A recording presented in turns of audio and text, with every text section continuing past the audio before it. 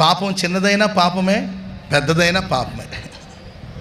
ఇది చిన్నదే కాదని పాపాన్ని చిన్న చూపు చూడొద్దు.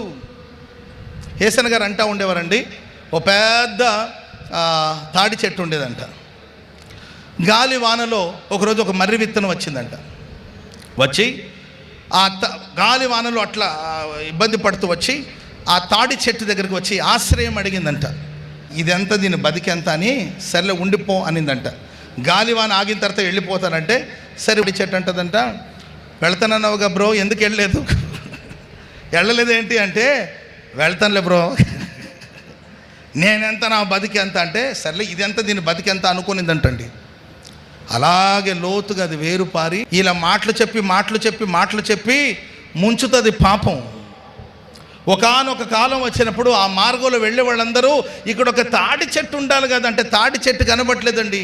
ఆ మర్రి చెట్టు ఆ తాడి చెట్టుని కప్పేసింది. పాపం కొంచెమే కాదని చోటు ఇవ్వద్దు.